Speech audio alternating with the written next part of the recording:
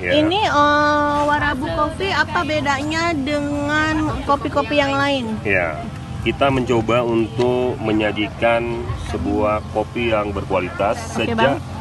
memilih dari buah panennya. Nah, jadi varian yang kita pilih memang sudah kita sortir sehingga buah-buah yang kita pilih itu adalah buah-buah yang matang. Sehingga waktu di roasting kemudian diproses pengeringan semua itu memiliki hasil yang berbeda dengan kualitas-kualitas yang biasa. Ya, kemudian kita juga melakukan proses pengeringan tidak di lantai, tapi ada dipannya dan tidak di bawah sinar matahari sehingga rasa kopinya tidak berubah. Oh, itu pengaruh ya, Bang ya? Itu sangat berpengaruh. Pengaruh ya? Karena nanti bisa rasa tanah atau rasa sampah gitu kan. Nah, Oh iya, Karena udaranya ini.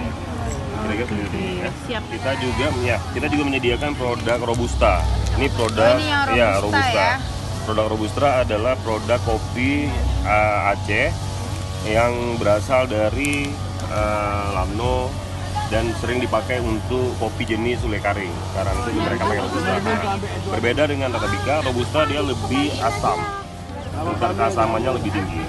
Cuman untuk orang-orang tertentu karena sudah terbiasa dengan Robusta, kita tetap sediakan market dari itu ya. Seperti itu deh.